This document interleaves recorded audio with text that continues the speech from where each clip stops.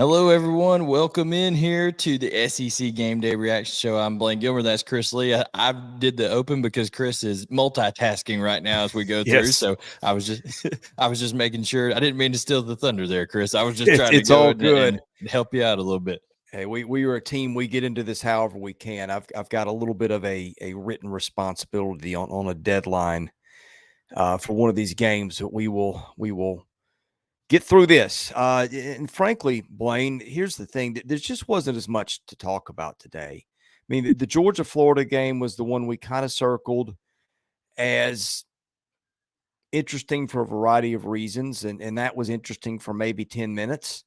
It probably longer than that. It was that fourth down conversion that failed, and at that point the game flipped and it never went back. But really, the only game that's been engaging from start to finish has been this Tennessee-Kentucky thing. But Tennessee is starting to separate a little bit. So even at that, it was my friend. Okay. Well, I'm got one TV in front of me, and I'm having to switch channels. So Kentucky's about to score again. So this looks like it's whoever's going to have the ball last type thing. gotcha. So yeah, they're about to kick a field goal. We're due one of those today because boy, the rest of it just was not compelling. No doubt, no doubt. We've got people in here. Missile D11's already in here with us. Andy Stowe, Chris Taylor. We've got JD, the guitarist, says go Dogs. So got lots of Georgia fans in here showing up. Some Mississippi faithful showing up. Kentucky did just kick that field goal, so it's 33-27. Tennessee will have the ball back with 4:24. So Kentucky needs to stop. They hadn't been able to get one here for a little while, Chris. But let's start off with that game that you were talking about, the Georgia-Florida game, and I'll get your general thoughts on it. And then, of course, I'm sure, as you know, I'll have quite a few of my own.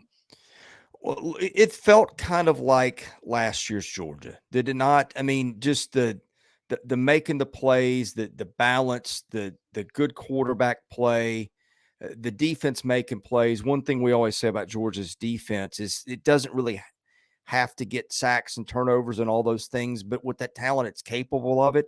I thought getting pressure on Graham Mertz was a real difference maker. What they had, I want to say they had 4 sacks in the first half alone. I might be wrong about that. You would probably know, but I just thought that Georgia flipped the switch early in that game. I don't know what the play call that Billy Napier was doing there when you just need a little bit and you snap it that far behind the line of scrimmage. Was it Smile Munden that sniffed that out and they just didn't have a chance? I don't remember now, but that was the key play of the game. And it just felt like Florida was into those little nightmares for about 2 quarters where just nothing went right from that point on. And at that point it was over.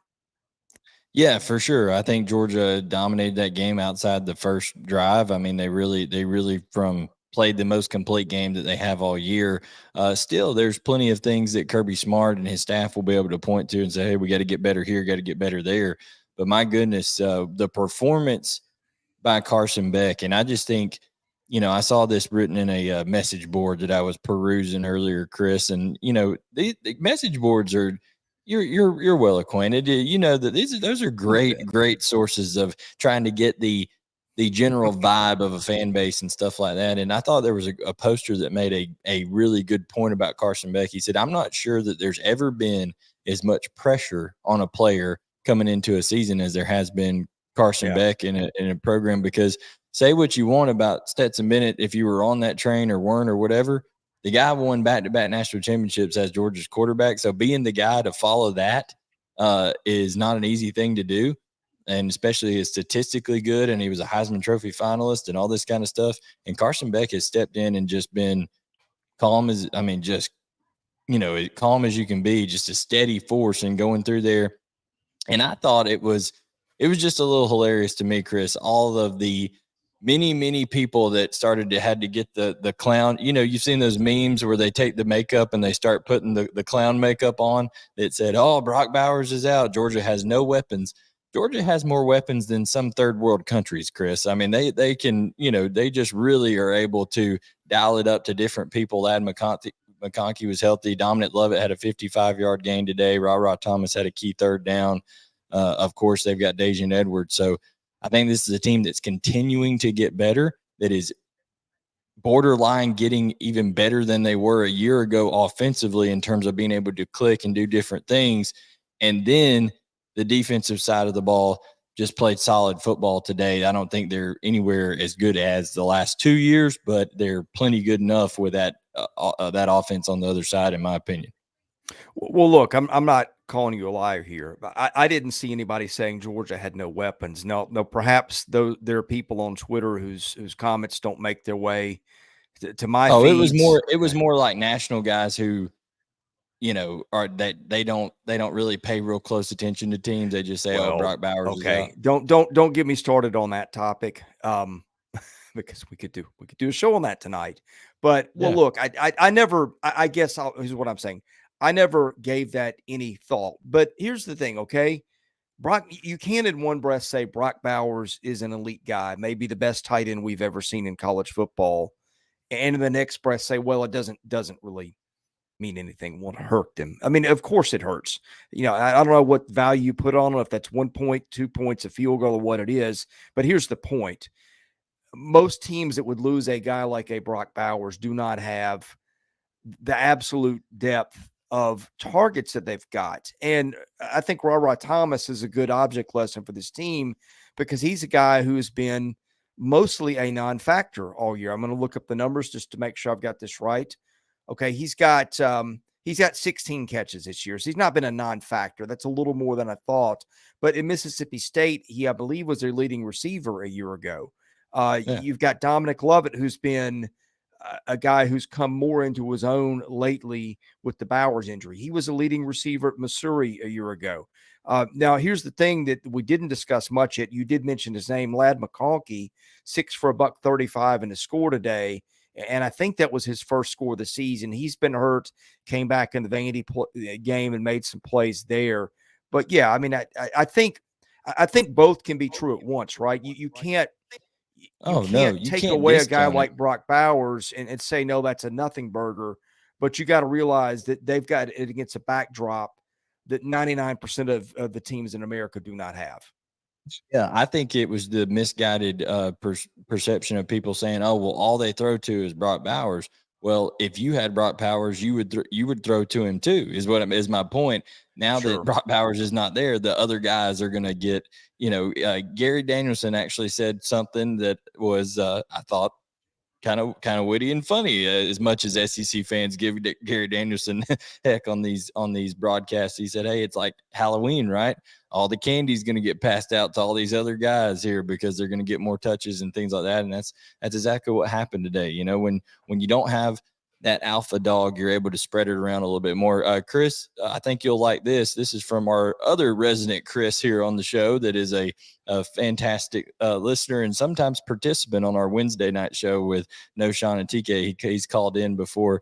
CT Chris Taylor, he said, "I'll say this. He just watched Napier's post game. He watched it back on YouTube. He could help Beamer a ton with how to handle a post-loss press conference. Gracious in defeat. I actually like him." So Billy Napier, you've talked about it. Class guy. I mean, class guy over there at Florida. Yeah. Can we stop the Sunbelt Billy stuff? I mean, come on, really? They got run by a team that we all thought was a national title favorite coming into the season. They've had some moments. They beat a good Tennessee team. It's not a great Tennessee team, but it's a good team. They won that decidedly. That they went and won at South Carolina on the road. I don't care who you're talking about unless it's maybe a trip to Vandy. There's no really easy wins in the SEC on the road. I don't know. I just think that, again, I've said this on the show.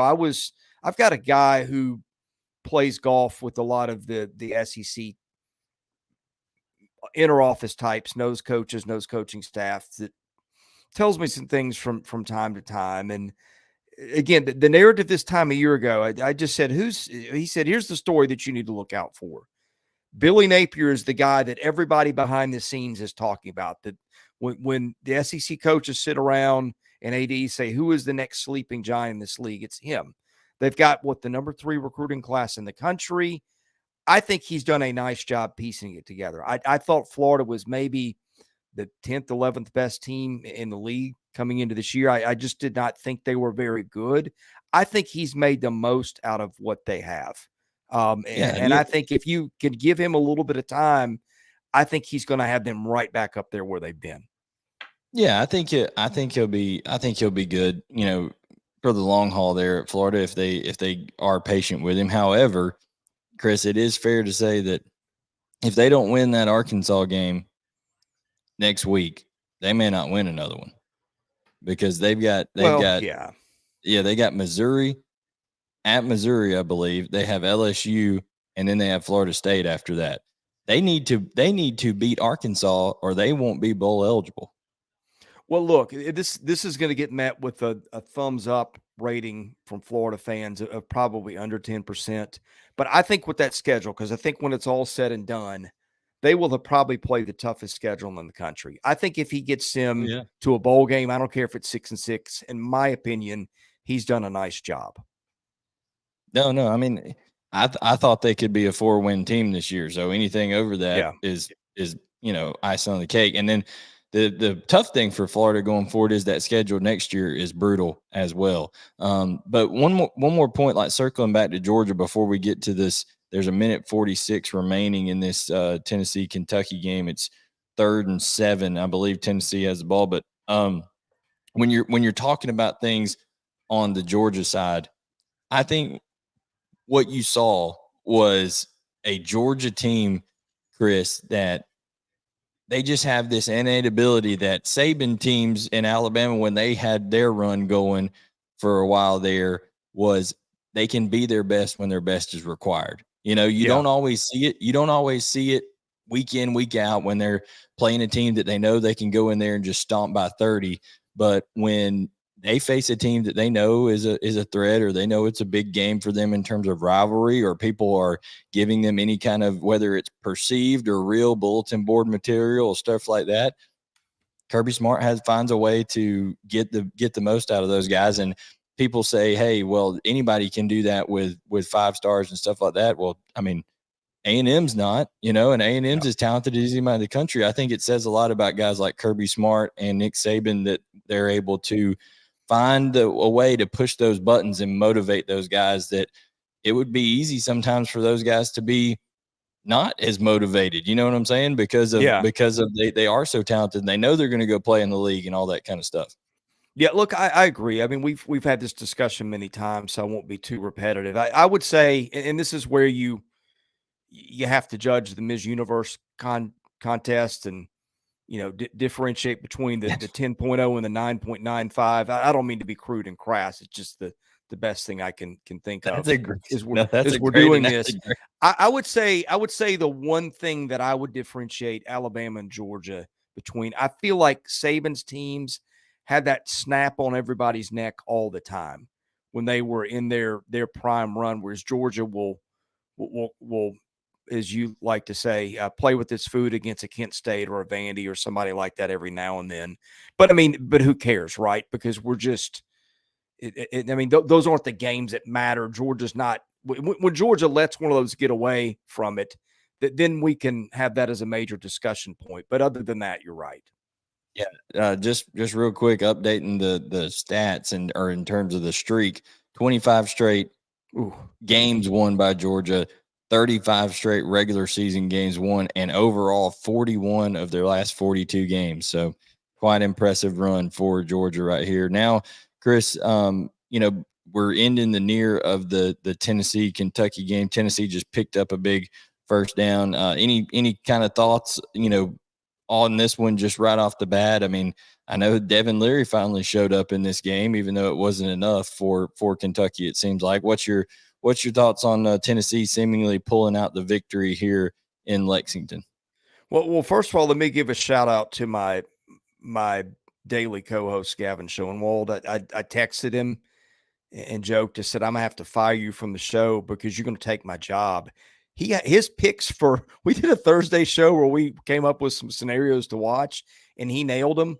One of which Kentucky was leaning on the passing game with Dane Key and Barry Brown. I don't think that most of us had Tennessee Kentucky going down the way that it did, with both those quarterbacks having stellar nights, with Ray Davis being less of a factor. But I guess the story of the day is it Joe Milton, and I get that one of the touchdowns came on an easy throw where where somebody fell down, but this is a legit defense, as we know. You go on the road and win in a place where a team has had 2 weeks off to prepare. Milton 17 of 20 tonight, no picks, runs the ball for another 24 yards. Dylan Sampson was really good. I think that, or excuse me, well, he was good, but Jalen Wright was even better. Yeah. I think just the way that it went down and looking at the box score, I don't know that that's the way any of us would have drawn it up. I think when we did the preview, I don't know if we speculated on the over under. I don't remember what it was, but I'm pretty sure I would have taken the under. That's not how it played out in any form or fashion, and that's what, among other things, has made this season fun. Yeah, Devin Leary 372 passing yards tonight. I don't think any of us Ooh. would would have imagined that the way that he's been throwing the football, but he looked really good.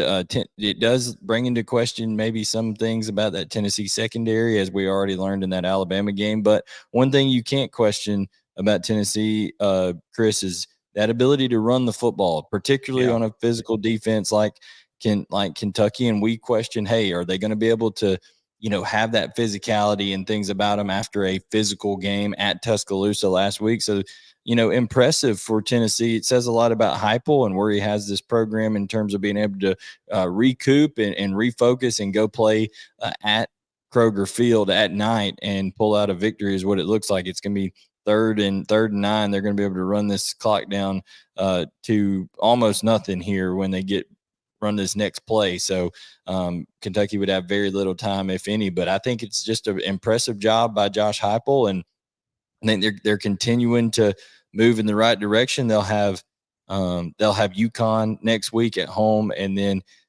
they get Missouri at Missouri before they play Georgia. So at home, so not an easy schedule for the Tennessee Volunteers either. It's about to get good here, Chris, in November. There's about to be a lot of big games. Yeah. One more thing on Tennessee, there are stats that sort of describe the game from a driving perspective. Like if a guy rushes for 300 yards, and then that's the story, right? Or throws for 500 or whatever. Yeah. But there are some other stats that are descriptors of the kind of game that it was, and sort of tell you why a team won. I thought Tennessee jumping up early on Kentucky 10-0 in the first quarter the way it did was big. And frankly, it looked like it was going to be a blowout early after Kentucky failed a fourth down conversion, which might have been the key play of that game, or certainly one of them. But I think by the time this game is over, Tennessee is going to run for 50 times or just short of it. And I think that's one of those that after the fact, Yeah. you feel really good if you're Josh Heupel, because that means, hey, the game kind of went the way we wanted it to, which it did.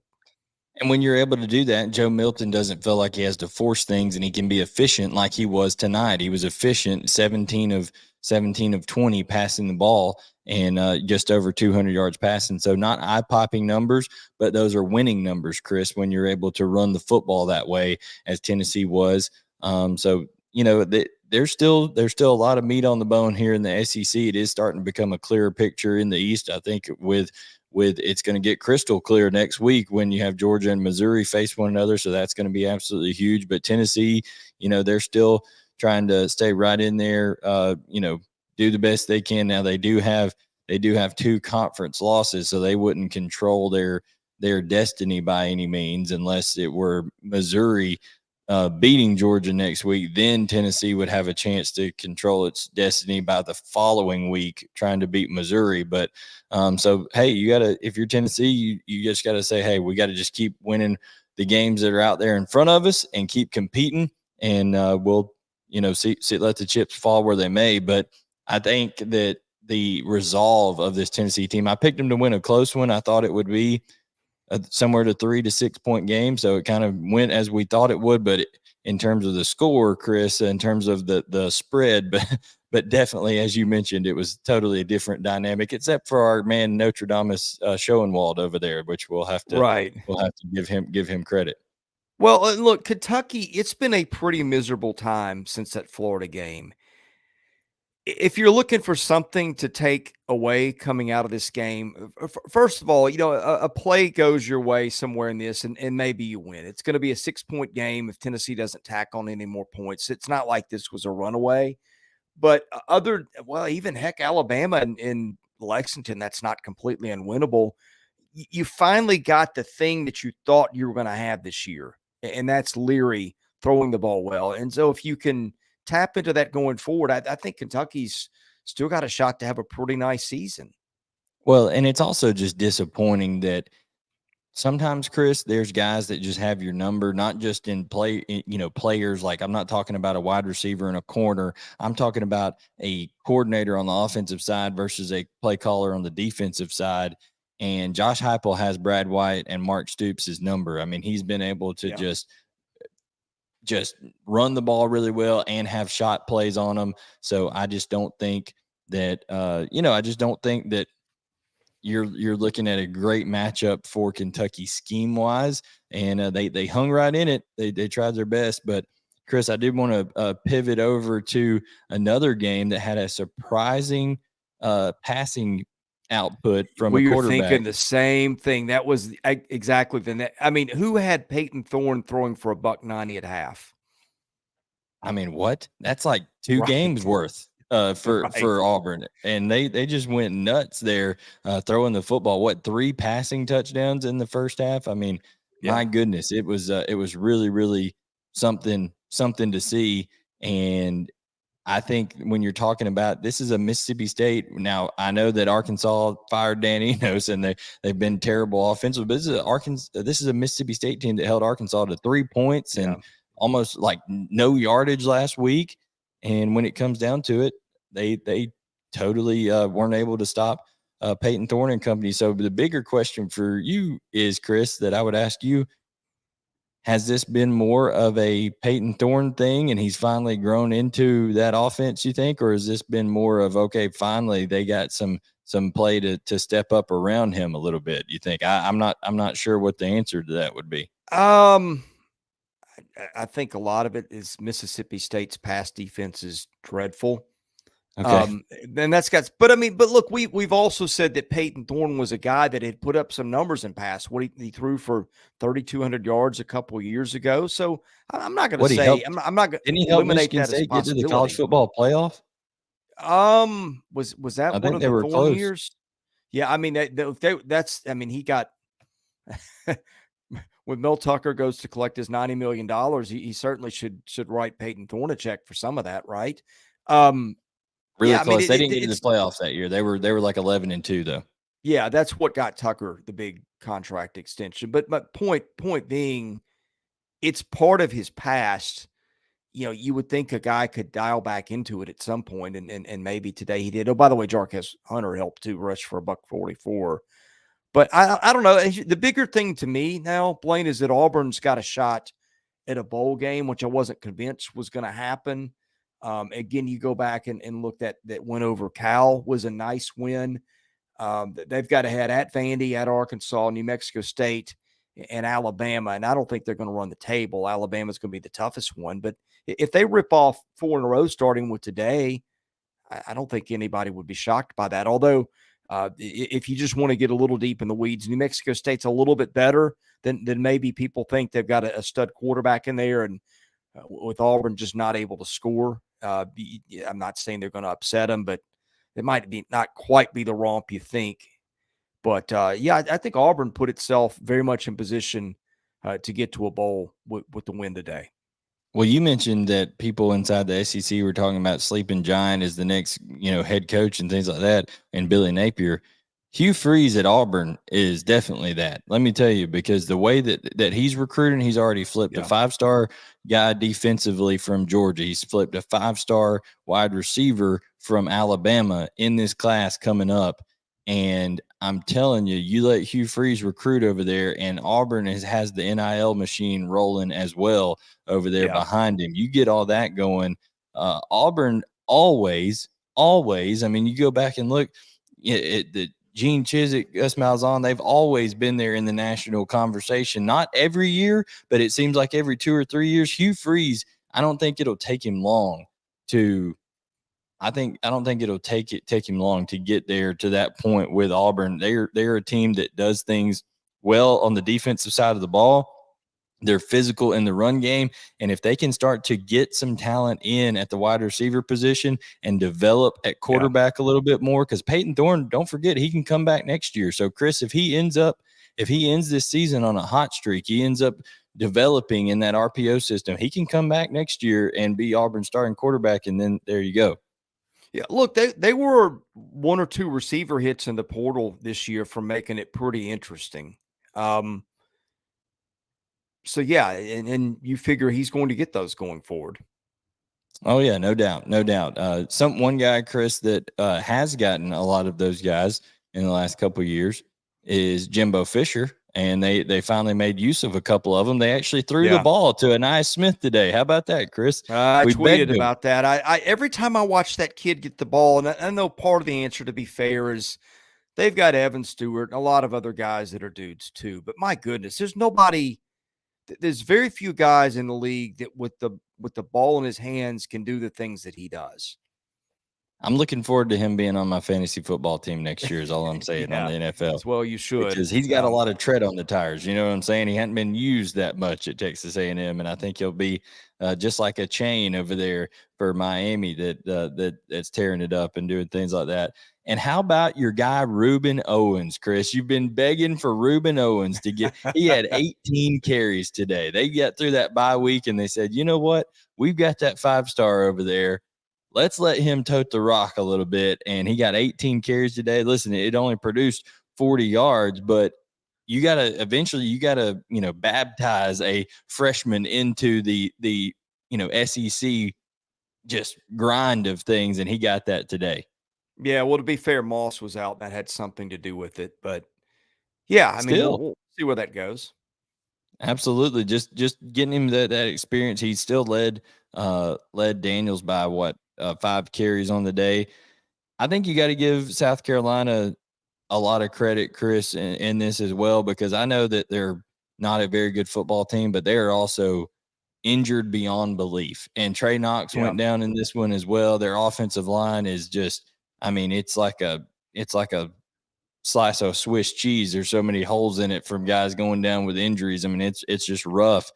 But Spencer Rattler continues to try to will his team to victories and kept them in games and stuff like that. And they even, didn't have Xavier Leggett totally healthy today. He was a little bit banged up.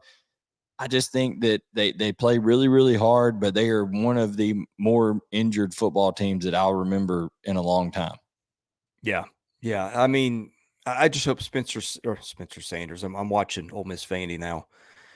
Spencer Rattler gets through the season healthy. I mean, I'll tell you what, as a guy going 20 minutes north of here to watch Will Levis make his starting debut as a quarterback tomorrow, I've watched Spencer Rattler and thought, you know what, my Titans could do a lot worse than that, I think.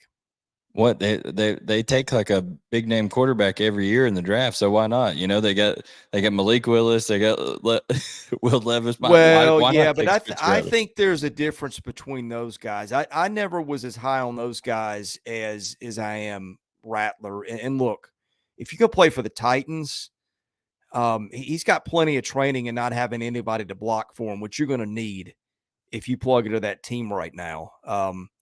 I don't think they can block me or you. You're saying he doesn't have the time to throw that Carson Beck does? I think you can safely say that, Blayne.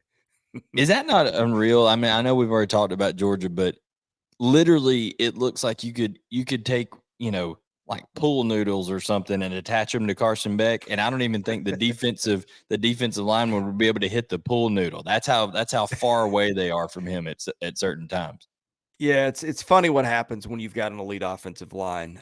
Good stuff tends to happen. And look, Georgia was I don't know where Phil Steele and those guys rated him. I'm 3 months removed from the preseason prep now, but I think they were had to be a top 5 offensive line in the country, if maybe not number 1. So yeah, that helps. So and to your point earlier, what I was talking about all these people that were coming out and saying, hey, It doesn't matter what Georgia's result is on Tuesday. And when I say a lot of people, I listen to a lot of national radio, national TV, Dan Mullen today, of course. All these people were saying Georgia, doesn't matter win or lose, they're not going to be ranked in the top 4 of the committee's first rankings when they come out Tuesday. Well, I think they dispelled all that you can forget that. If Georgia's not in the top 4, then I will eat your hat. Your nice eat Braves my hat. And this is a nice hat. I do not want to. This is maybe my favorite hat I've ever had. So we don't want that to happen. But yes, I mean, forget it. That's Oklahoma going down helped as well. Oklahoma going down helped as well. How about that? You know, we do need to touch on that because Oklahoma's coming into the SEC, and it also impacts SEC teams because we were thinking, okay, the Big 12 may lock up a spot, but listen, with Quinn Ewers being down for a couple weeks for Texas and now Oklahoma having a loss to Kansas, I don't think it's a guarantee, Chris, that the Big 12 gets a representative into the college football playoff. I think that was super, super damaging. I'm going to reset the playoff picture in a minute here. But before we do that, because we've not talked about Vandy Ole Miss. And so if you're watching this on the replay, we are doing this as that game is coming down the stretch. This was never a game. The final score is going to look closer than it was, I think. But, you know, for Ole Miss, it just did what it wanted early. It jumped out on Vandy. I think at half it had close to 300 yards, and Vanderbilt had considerably less than that. Vanderbilt, from a Vandy angle, the interesting thing is they're switching quarterbacks tonight. A.J. Swan didn't dress, and they pulled Ken Seals early, went to Walter Taylor, went back to Seals for a minute, and now we're back to Taylor, who'd never thrown a pass in his collegiate career until tonight. So I don't know what's going down with the Vandy quarterback situation in Oxford, but that's been a little bizarre. Walter Taylor has 19 carries for 57 yards for Vandy, though. Yeah, well, they can't run the ball on me and you, but I'm saying, yeah, I mean, from an Ole Miss standpoint, Judkins was really good early tonight. Dart was really good on point, hit Dayton Wade with a couple of big touchdowns in the first half. And I mean, this was kind of a name your score game. And I think Ole Miss,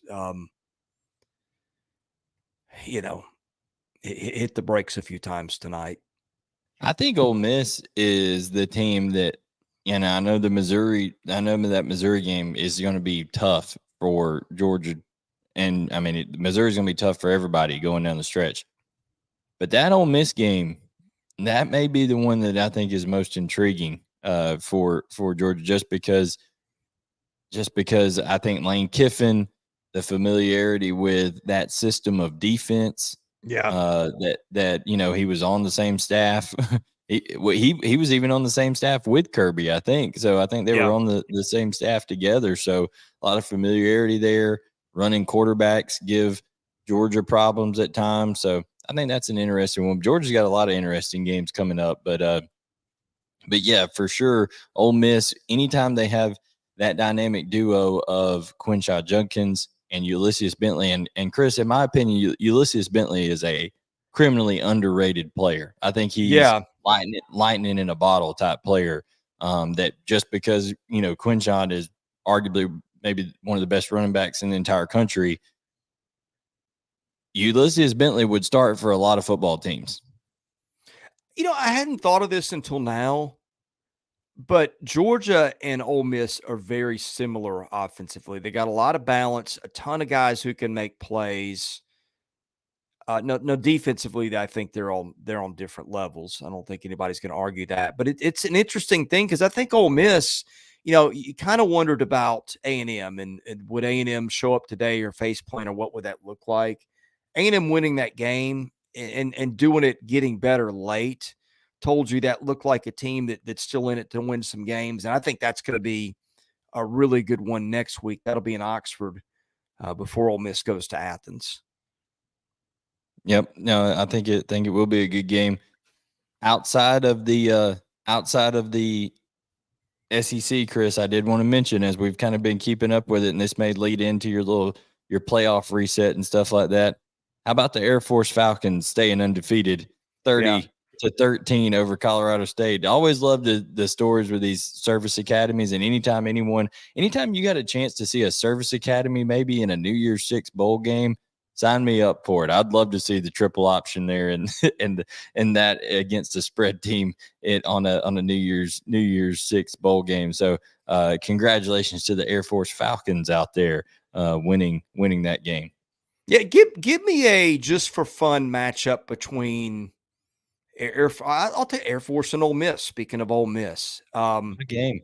that could be a lot of fun. I mean, I think anybody they play, but yeah, if you got one, throw it out there because I think you're going to be seeing that. Yeah, it's gonna be really fun to see all those things here. I think we've touched on all the games in terms of okay, instant reaction, what we think about how those games went down. Chris, is there anything that maybe we need to look at, going forward for next week, or do you want to jump into the playoff stuff here? I want to jump into the playoff stuff for just a minute. I'm going to need you to play traffic cop with the comments and everything for just a minute as I take care of a little bit of business, and Yeah. then when we're done with that, I'm going to come back and because I did keep a few notes on who did what today that I'll get into. Yeah, so if you're in here with us in the chat, go ahead and throw in your questions right here. If you have something that you want us to address, or you want questions answered, or our take on something, then go ahead and throw it in here. We'd love to interact with you guys on here. I see Chris Cobb, Chris Taylor, Jenna Smith, all you guys on here. So we would love to interact with you guys on here as well. I think, Jenna says, hopefully they got enough sense to know 4 SEC games is tougher than any Michigan game. And so she's already talking about seeding in the playoff and all that kind of stuff, being the number one in the Tuesday rankings. That will be big. How about the Colorado State flag being thrown for fans, throwing snowballs at Air Force sidelines? Man, that's crazy. They're throwing snowballs at the sidelines over there. First of all, it's October and they got snowballs over there. So hey, that's different than the SEC out here for sure out there at Colorado State. Around the country, Ohio State has put away Wisconsin pretty much. They just went up 24-10, and Wisconsin probably couldn't score 24 points if they gave them 8 quarters against Ohio State. They're just not very good offensively right now in Luke Fickell's first year there, and Ohio State has one of the better defenses in the entire country. Their offense leaves a lot to be desired, in my opinion, but Ohio State has a lot of juice on defense. All right. In for Life says, in more than one perspective, how do you see the Mizzou UGA game going? I think you'll see Missouri have some success early, and then I think you'll just see the talent and depth of Georgia overcome them, especially with it being at home, that atmosphere, things like that. I just think that's what you're going to see is you're going to see the difference in the two offensive and defensive lines, and I think you're going to see Georgia in a home environment play really well with a lot of confidence. And now here's one thing in for Life 9. One thing about it is when you have a lot of guys catching the ball, now you have the morale going up, and Georgia's getting a lot of guys a lot of touches. I think it'll be a tight game. I think it could end up being a 1-score game, but I just think Georgia's the better team in the end. So you don't think there's a chance for a 23? No, Georgia's not going to be overlooking anybody. They're not going to be getting snuck up on, anything like that nature. It's going to be two really good football teams expecting the best out of one another, and it's going to be who can win at the point of attack, who can I think running the ball. Georgia is really running the football well the last couple of games, and I think that'll be a big difference as well. All right. So yeah, running the football is going to be big in that game. Chris, you got your playoff scenario stuff ready to roll? Give me just a minute. If you can kill about 60 more seconds, I'll be there. All right. What else we got here in the chat? We've got. You're gonna feel like a hockey player. I'm asking you to kill off the penalty here. How about that? Yeah, just lay in front of the goal and take the puck to the face is what you're saying. Back before they had the the face mask and everything. Jenna says that it'll be or she's saying today 43-20 dogs. Are you saying it's going to be that again next week, Jenna? Is that what you're saying? Or you go ahead and be a Notre Dameist? I think it will be a good game for sure. Washington almost got beat by Stanford. Was that today? Did they play Stanford today? I didn't see that. Played them tonight. Yeah. They played them tonight. Wow. Oh, well, it's 35-33. They have the ball with a minute 45 left. So I guess that one is about to be over with. Yeah. And that was after Washington. Didn't score an offensive touchdown against Arizona State and won 15-7 last week. So my goodness. Who did Georgia turn to in the absence of Bowers? Chris, that would be the arsenal that is McConkey, Lovett, Edwards, Delp. By the way, I think you've got to give Oscar Delp so much credit because what that young man did, and Kirby Smart tried to do his best to downplay any pressure on him in press conferences, saying, hey, nobody's asking Oscar Delp to step up and be a replacement for Brock Bowers, all this kind of stuff. And my goodness, some of the catches that he made were as athletic as I've seen. He could start at tight end for any team in the country, I believe. I truly do. Other than Georgia, when Brock Bowers is there, he's that kind of a weapon, that kind of a player.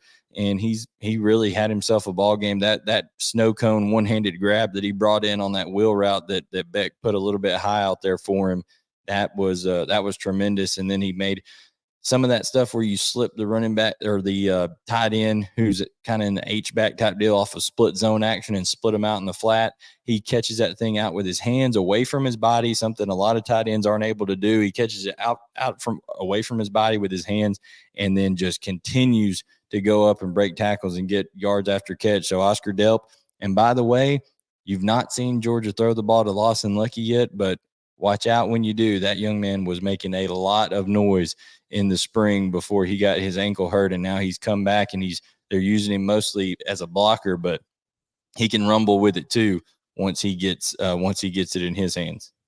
All right, Blayne, your power play rating just went way up for that, so thank you. I have some writing responsibilities that are on a deadline, and I just had to get something in. So we're back to it. I was keeping up with the playoff today, and let me give you. Just got to find where I put it. A kind of a quick wrap on where we are heading into next week. In terms of undefeated teams? Yeah, and anybody else of note. All right, well, you've got your unbeatens. You've got Michigan 8-0 off this week. Ohio State is playing tonight and playing Wisconsin. Is that one over? Well, it's going to be over. They're winning by 14 with 2 minutes left. So yeah, they won. Okay, so Ohio State is going to stay unbeaten. Oklahoma fell from the ranks of the unbeaten today to Kansas and Lance Leipold. What a job that guy has done. Florida State stayed unbeaten, beat, I think, Wake Forest today. Washington is going to remain unbeaten after, I guess, polishing off Stanford. It's got a 9-point lead, although Stanford does have the ball. And from there, you've got what? Air Force. Madison and Air Force and Liberty. But James Madison is not eligible for a bowl game. Okay, so yeah, not that James Madison was crashing the playoff, even if it was, but just for housekeeping's sake. There you go. Okay, one-loss teams that got a chance. You've got Alabama. Oklahoma took a major dent today. I mean, it's going to be either they or Texas are going to have a shot. And Texas beat who today? BYU. So they're in there. Without Quinn Ewers, 35-6. So impressive victory. Right. Oregon won pretty demonstrably over Utah. That's going to be a good win because Utah had been a hot team. Definitely, they are still in it. And Ole Miss is in it. Ole Miss has got some work to do. But I think, look, if Ole Miss wins out, Here's an interesting one for you. And I'm trying to locate their schedule here. Ole Miss beats Texas A&M, beats Georgia, beats ULM, and beats Mississippi State. Presuming Alabama does not lose again, in which case Alabama would win the West based on the head-to-head win. Ole Miss as a one-loss playoff team would be a fascinating discussion because you'd have a win over LSU, you'd have a win at Auburn, you'd have a win over A&M, you'd have a win over Georgia and Mississippi State for whatever that's worth. And Georgia Tech, which is okay, and Tulane, which has lost, I think, one game. Yeah, no So doubt. I see this. It feels like things always sort themselves out. At least they have in the past, where I have these multi-car pileups and you don't know how you're going to separate everybody out at the end of the season. And it just magically works out at the end. And maybe that happens again. But again, I think the parity 1 through 12 or 13 or so in college football right now, I'm not sure we've ever seen anything like that. So I think we could have chaos at the finish line. Well, except for 2007, and that was just a magical year. I loved 2007. If you remember that BCS craziness where West Virginia, I think, had a chance to be in the championship game and lost the last game of the year, like crazy kind of stuff. Here's one from Glowman Mike. Chris, you talked about the job Lance Leipold done. Is he a future SEC coach one day? You think? Do you think an SEC program hits up Lance Leipold? Well, he could have been a current SEC coach. Vanderbilt was down to Clark Lee, and he before it made the decision. And boy, Vandy fans have been yelling about that one tonight. So yeah, I mean, but possibly. He's kind of old. He's in his 50s though, isn't he? Yeah, I'm not sure what age he is. I know he's just done a heck of a job. And, ironically, teams that have multiple losses, I would say Lance Leipold is a guy that could be considered for coach of the year type candidate. And I tell you another one outside the SEC that could be considered coach of the year based on that, how he was a dead man walking before the year is Neil Brown at West Virginia. I mean, everybody thought he was out the door, and they end up laying it to UCF today. And I think they're 5-3 on the year after everybody thought he'd be fired after like the first 3 or 4 games. So good for him. If you go back a year, Mike Norvell was kind of in that spot too, because didn't they lose to Jacksonville State 2 years ago? Oh yeah, was it was 3 years rough. ago? I mean, it was rough, and, Yeah. and Florida State was kind of in do or die mode, and it really all started with that LSU game early on, and kind of has kept rolling. Another team that you didn't mention. Hey, Blayne, let me stop you a minute. I left somebody out inadvertently. We can't go without mentioning Missouri as a one-loss team. They just didn't play, so out of sight, out of mind. And another thing, just wrapping up loose ends. Did Oregon State play tonight? I'm not sure if they played I'll tonight, look but I that did up. want to tell you another one-loss team that you got to keep an eye on because of I think Clemson went down again today, so I don't think they're even in a chance Clemson's to get lost to 4 the games. to get to the SEC championship. I think it's Louisville. Louisville's a one-loss team. They have a win over Notre Dame. They beat Duke tonight. If they were to win out, and then that would give them at the end of the year presumably a win over Kentucky, plus they would have a chance to beat I think Florida State in the ACC championship game. If they did that, does Louisville get a look with a win over Notre Dame on their resume and things like that? So plus a win over Duke that looks a lot better now. So that kind of stuff. I mean, we'll see. We'll see what happens there. But just another one-loss team to keep an eye on because all of these SEC teams are going to be looking at all these spots going forward, Chris. I don't think the ACC is going to get a one-loss team in.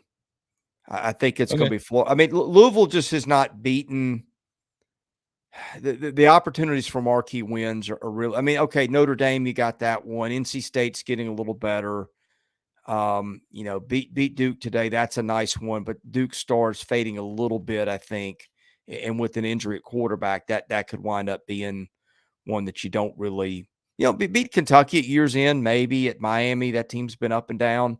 I mean, there's some nice wins in there. I just think, I don't know. It's well, if that's the case, as tough Chris, as the Big Ten. I mean, because I think you're either going to get Michigan or Ohio State in, maybe both. The SEC is probably going to get Alabama or Georgia in, maybe both, although I doubt it. You may not get Michigan in at all. I'm telling you, the more this scandal goes on, the NCAA hates Well, Harbaugh. you I got a truly point believe there. that. They Yeah. hate him. I mean, they hate his guts, and I think there may be a chance that they don't allow Michigan in at all. Like I really think that could happen.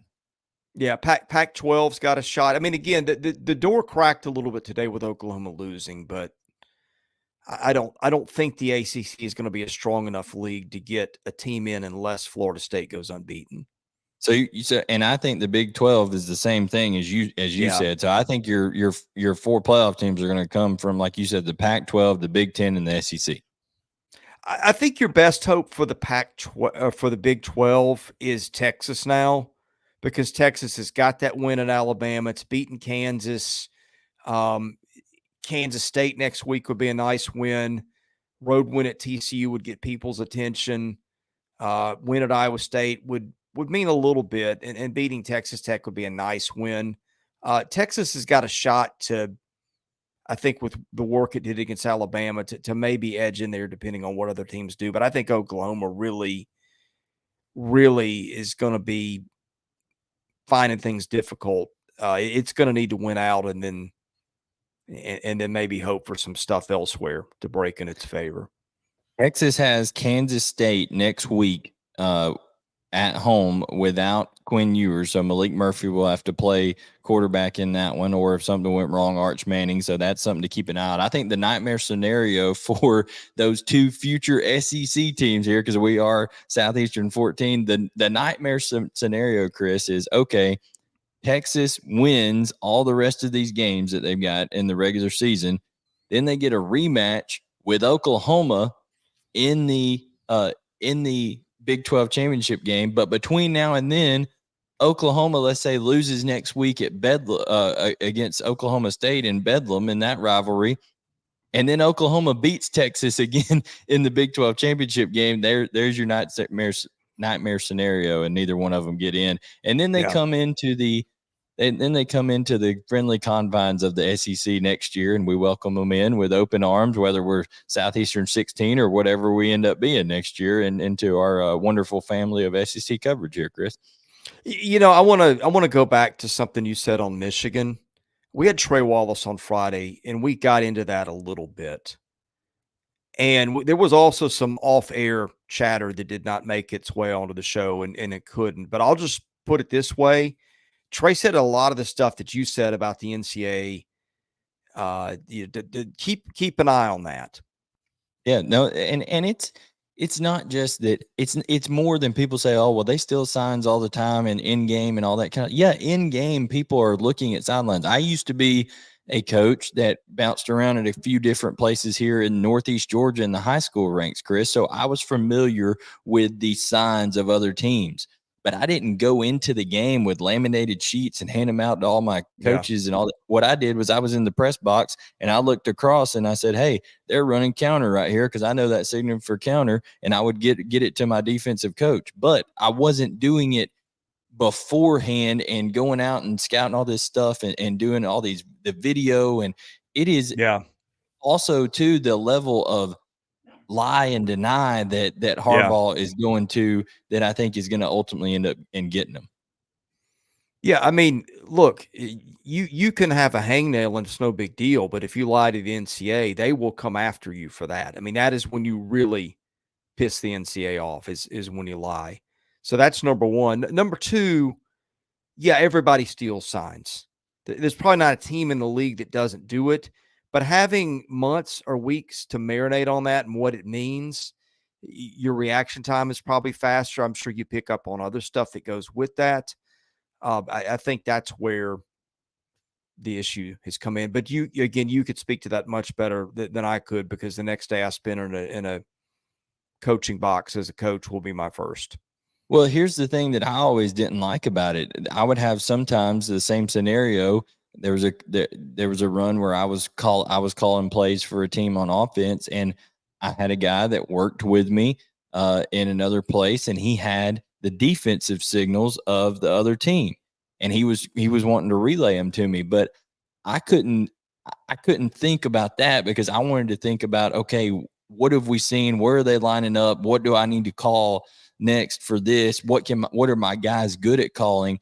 And Yeah. also too, you got to realize these are still 18 to 22-year-old young men. I know that they're treated like professionals a lot of time, but a lot of time they're still growing cognitively, right? So they're worried a lot of times about what they have to do on their assignment, and sometimes it's too late to get that kind of adjustment in and stuff like that. And you really end up messing yourself up. So I would assume not know what the other team's doing signal wise, because one, they can give you fake signals and mess you up, which has happened before. Yeah. We know that happens in baseball all the time, dummy signals and stuff like that. So I would just assume, hey, I don't want to know what's going on from a play caller's standpoint. I just hope somewhere somebody beat on a trash can. Hey, over there you got do you think that's Connor? Do you think Connor Stallions is his real name, by the way? Is that is that his birth name? I hope so. That is fantastic. That's like his name is Art Vandelay. That's basically what you would have. You know, you remember Art Vandelay, right? Well, this will date me even more, and you may not know this one. Did you ever watch Bill and Ted's Excellent Adventure? No, but I did watch Seinfeld. That's where my Art Vandelay thing. Yeah, I know where Art Vandelay came from, but that's a silly. You maybe had a beer or two with your buddies. Maybe it's a generational thing, but that there was a band called Wild Stallions, and every time I hear his name, that's all I can think of. Yeah, no, but I mean, Connor Stallions, I mean, unreal. So, you know, and the Houston Astros stuff with the trash cans and all that. I mean, just craziness. But hey, guess what? It's part of sports that we get to talk about and we get to do on these shows, Chris. So I'm thankful for it. It's tremendous that we get to cover everything, but we are heading into a stretch here and we're about to wrap it up. So if anybody's got any more thoughts here on the chat, go ahead and throw them in. But Chris, we're heading into a stretch here that is going to be one, I think, of the more memorable Novembers in SEC football in quite a while. Yeah, I can't wait for this. I just think it is so much more fun when the discussion is, hey, which of these maybe 10, 12 teams could get on a run and win it all, rather than a, hey, can anybody beat Georgia or can anybody beat Alabama? No disrespect to those programs or their fans, but the discussion is flipped here quickly. Yeah, And even you got other storylines in the league. You know, can Kentucky recover? I think it's going to be hard for Missouri to win it, but can Missouri win 10 games? I mean, I think you've got fun stuff all over the place, and we're going to be here for it. I think legitimately, if they played their absolute best and got a couple breaks, you're looking at teams that could win the SEC. You're looking at Missouri, you're looking at Georgia, you're looking at Ole Miss, you're looking at Alabama, and you're looking at LSU. All those teams could win the SEC this year. And you never would have said that the last 2 or 3 years. Yeah, and we'll have you guys covered wall to wall.